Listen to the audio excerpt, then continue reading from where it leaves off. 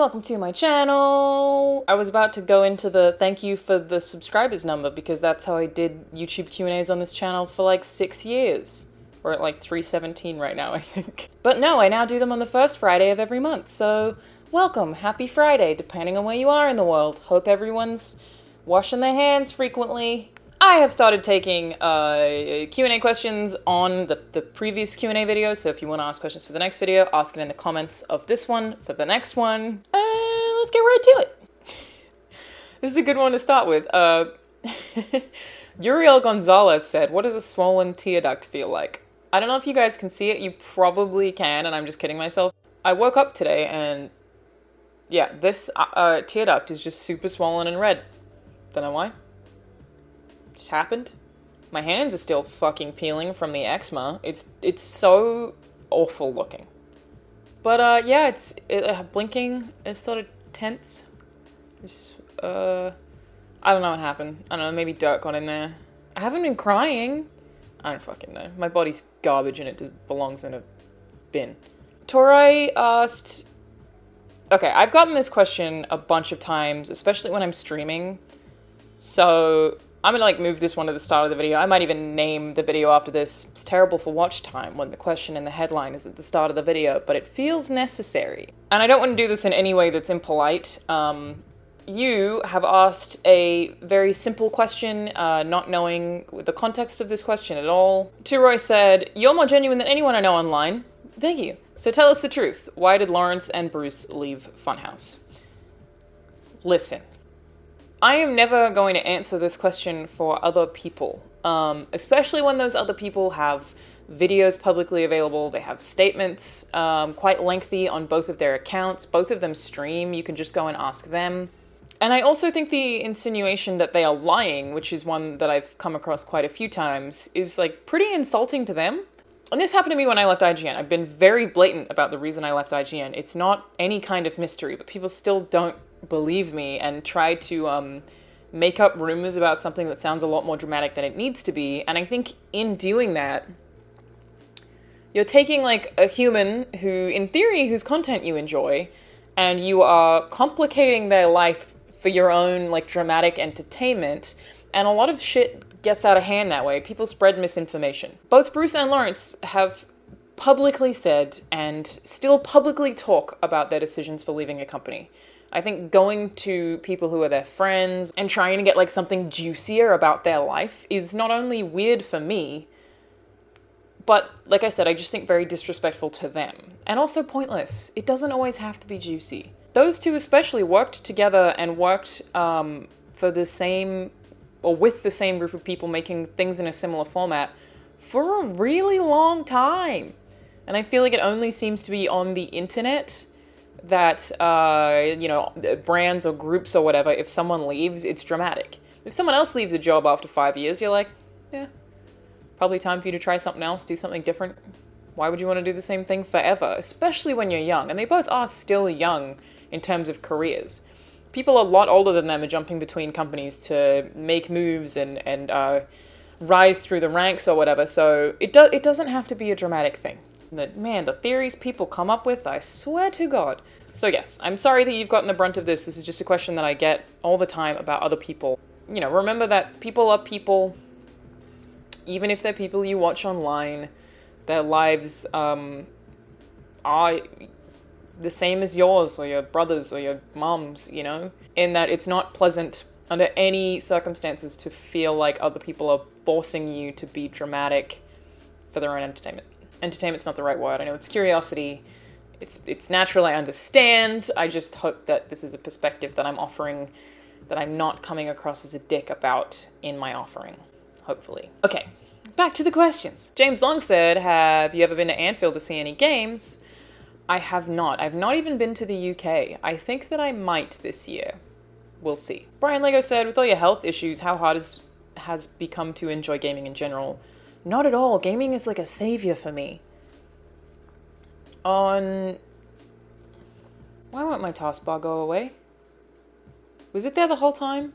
People get very upset about me for having a taskbar on the side. It's because it makes streaming a lot easier. If my taskbar's at the bottom, because I stream like only in the center part, and then I have like OBS on one side and the chats on the other side, if I have the taskbar down the bottom on borderless windowed, it'll be visible and cut off the bottom of the game. Just because I split this monitor up because it's ultra wide. Anyway, no, in periods of time when my CFS is really bad, chronic fatigue syndrome, it means that I'm like someone who has a very severe flu all the time. Your bones ache and you're tired, and I have fainted and I can't really get out of bed, which has actually been good this year. Like, I've had moments where I've been scared or I've been a little tired. My joints were achy one week and I was like, shit, is it coming back? But I've actually been okay. Sometimes gaming was the only thing I could do, and the only thing that really kept me active. So, bless video games. RH072005 said, if you can only play one ever, Cyberpunk 2077 or The Last of Us Part 2. Cyberpunk, because it's a new IP. I'm obviously extremely interested in The Last of Us Part 2. I have zero doubt that game is going to be fucking incredible. But I would prefer to play something I've never played before. A fresh thing that isn't even like anything else CDPR has done. That's me. Also, I think The Last of Us Part 1 has one of the best video game endings ever. Frankly, one of the best fictional endings ever. So there's a part of me that's like scared about what Last of Us Part 2 will do to change that. I trust Neil Druckmann, but I still have been like, oh, but I loved that so much. Oh boy. Bat from the Box said, what started your obsession with Batman and what is your best Batman collectible?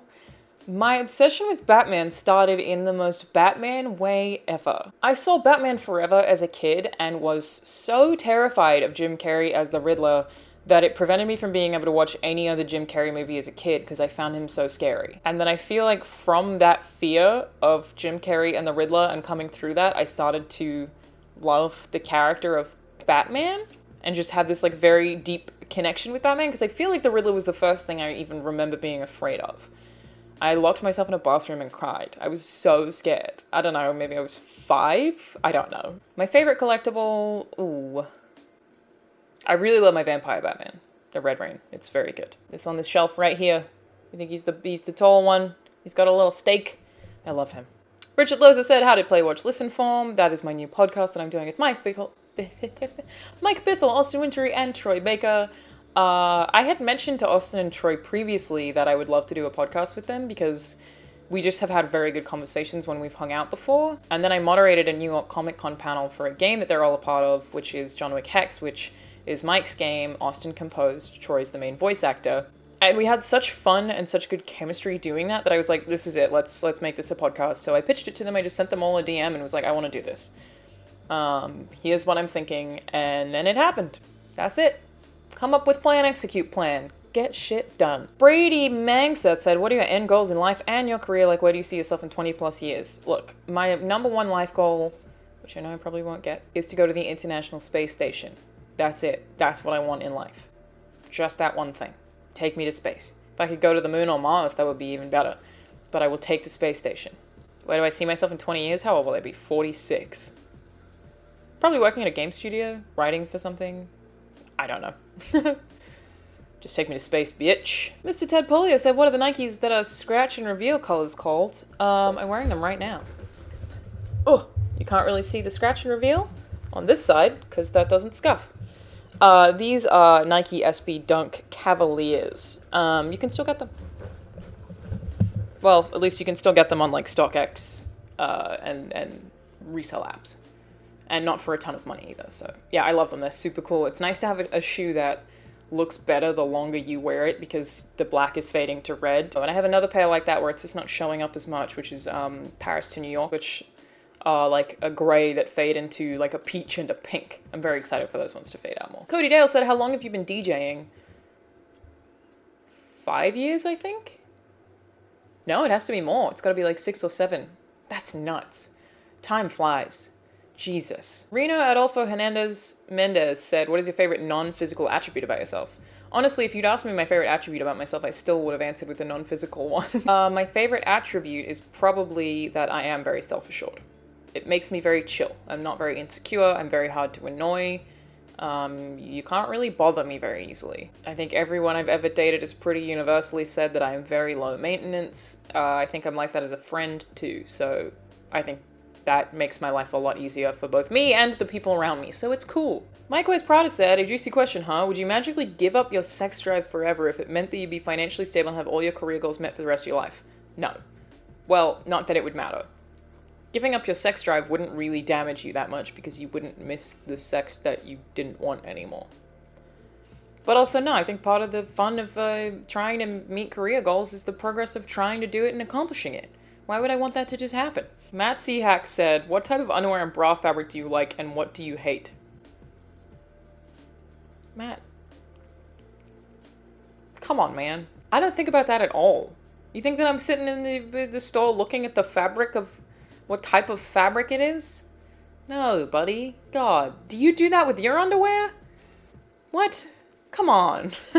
I said, who are you currently listening to? Music or podcast? I always get a bunch of questions asking like what kind of music I listen to. I listen to everything, so I never have an interesting answer. But I do have a Spotify playlist and did last year. This one's just called 2020 that I add songs to if I'm listening to them on a specific day. I don't do it every day, but like try to. But if I have a song in my head or I'm like feeling that song that day or I've heard it on the radio, I'm like, good song, I'll add it to that playlist. And it's a big swath of different kinds of music. So you can check that out if you want to. I will leave a link in the description below. And I think that is it for me today, everyone. I appreciate your questions. We will be doing this thing again on the first Friday of next month, because that's how it works. I will see you guys next time. Everybody stay safe out there, wash your hands, be good to each other. Bye!